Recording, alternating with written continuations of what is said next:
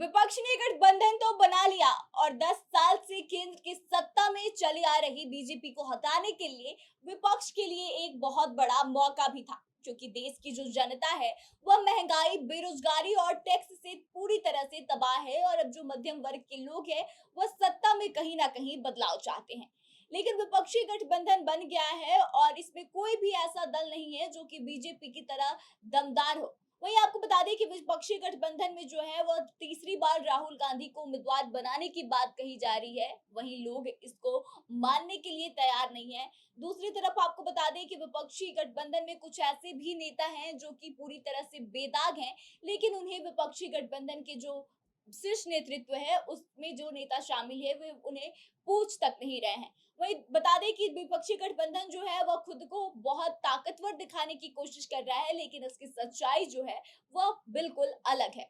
क्योंकि अब जो संकेत मिल रहे हैं उससे कहा जा सकता है कि विपक्ष में आपस में ही खींचतान मची हुई है। राजद जैसे कुछ दलों को छोड़कर कोई भी विपक्षी दल राहुल गांधी को अपना नेता मानने को तैयार नहीं है। वहीं दूसरी ओर नीतीश कुमार को लेकर ऐसी चर्चा चल रही थी कि नीतीश कुमार प्रधानमंत्री के उम्मीदवार होंगे, लेकिन नीतीश कुमार की राष्ट्रीय स्तर पर अपनी कोई पहचान नहीं हो पाई है। ममता बनर्जी की बात कर ले तो उनकी पहचान बंगाल तक ही सीमित रह गई है। वहीं अखिलेश यादव भी अपने ही सूबे यानी कि यूपी में उलझे हुए से हैं। लेकिन इन सबके बीच जो सबसे बड़ी बात है वह यह है कि अब नीतीश कुमार का मन बदलने लगा है और उन्हें बहाना मिल गया है कि इंडिया गठबंधन से आखिर कैसे अलग हो। तो आइए आपको बताते हैं कि नीतीश कुमार को क्या बहाना मिला है, लेकिन उससे पहले नमस्कार, मेरा नाम आत्मजा है और आप द बिहार प्रोजेक्ट देख रहे हैं। दरअसल जून से विपक्षी एकता की कवायद शुरू हुई, लेकिन 4 महीने बाद इस एकजुटता का यह आलम है कि 5 राज्यों में जो विधानसभा चुनाव हो रहे हैं उसमें ही इनकी एकता पूरी तरह से बिखर गई है। दरअसल समाजवादी पार्टी ने मध्य प्रदेश में 22 उम्मीदवार उतारे तो बिना जनाधार के नीतीश कुमार की पार्टी जदयू ने भी अपने 5 उम्मीदवारों के नामों की घोषणा कर दी है। बात करें नीतीश कुमार की, अब तो नीतीश कुमार ने ही सबसे पहले विपक्षी एकता की शुरुआत करी थी, लेकिन आज का जो समय है उसमें सबसे ज्यादा बगावत करने पर वही उतारू है। हमेशा से ऐसा देखा जाता रहा है कि अगर नीतीश कुमार के मन के अनुसार कोई काम नहीं होता है तो वह गठबंधन छोड़ने का बहाना ढूंढने लगते हैं।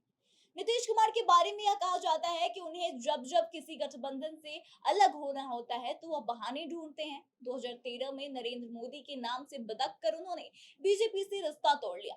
हालांकि सच यह है कि वे अपनी ताकत आजमाना चाहते थे, मुसलमान वोटरों को खुश करके उन्हें अपने पाले में करना चाहते थे। लेकिन उन्हें तब होश आया जब लोकसभा चुनाव में सिर्फ उन्हें 2 सीटों पर ही कामयाबी मिली।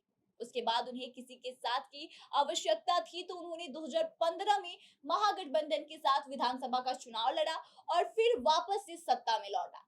लेकिन अभी 2 साल भी नहीं हुए थे कि नीतीश कुमार महागठबंधन की सबसे बड़ी पार्टी यानी कि राजद से उबने लगे और तेजस्वी यादव पर सीबीआई ने जब मामला दर्ज किया तो उन्होंने जनता से क्लीन चिट लेकर आने की उन्हें सलाह दे डाली। इस बीच बीजेपी से उनकी साठगांठ हो चुकी थी। फिर एक दिन झटके में उन्होंने इस्तीफा दिया और भाजपा के समर्थन से अगले दिन ही सरकार बना दी।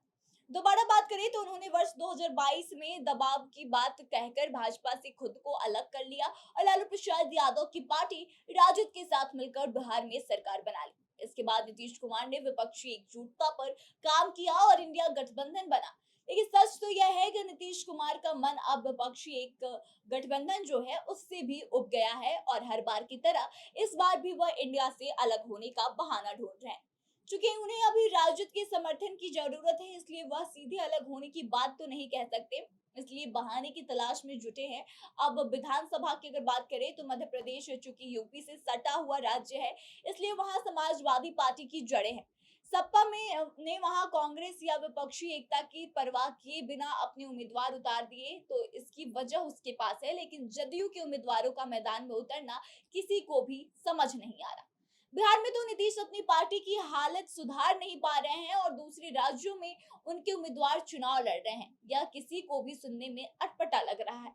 नीतीश कुमार के ऐसा करने के पीछे की वजह क्या है, इसको लेकर के राजनीतिक जानकारों का मानना है कि शुरुआती दिनों में नीतीश कुमार ने विपक्षी एकता के लिए जिस तरह का उत्साह दिखाया, अब वैसा उत्साह उनमें नहीं दिख रहा। यहाँ तक कि पीएम पद की रेस में उनके नाम की चर्चा बिहार से बाहर किसी पार्टी के नेता ने कभी नहीं की। दूसरे उन्हें संयोजक बनाए जाने की उम्मीद थी, पर यह भी नहीं हो पाया।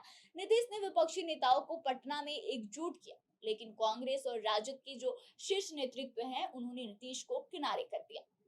अब नीतीश कुमार कहीं ना कहीं इसी बात से बेहद नाराज चल रहे हैं और एक बार फिर से उन्हें मौका मिल गया है कि इंडिया गठबंधन का वह साथ छोड़ दे। तो ऐसे में देखने वाली बात यह है कि विधानसभा जो चुनाव 5 राज्यों में हो रहे हैं, इसी के दरमियान यह इंडिया गठबंधन टूट जाता है या फिर यह 24 तक चलेगा, क्योंकि आपको भी पता है कि अगर नीतीश कुमार ने इंडिया गठबंधन की नींव रखी है और अगर वही इससे अलग हो जाते हैं, तो फिर इंडिया गठबंधन का परिणाम क्या होगा, अंजाम क्या होगा, यह आपको भी पता है। तो आपको इसके बारे में क्या कहना है? क्या नीतीश कुमार जो रणनीति वर्षों से खेलते आए हैं, अगर वो आगे भी इसे जारी रखते हैं, तो ये उनके राजनीतिक करियर के लिए कैसा होगा? आप अपने विचारों को हमें बताएं और आगे की तमाम जानकारियों के लिए बने रहे हमारे साथ।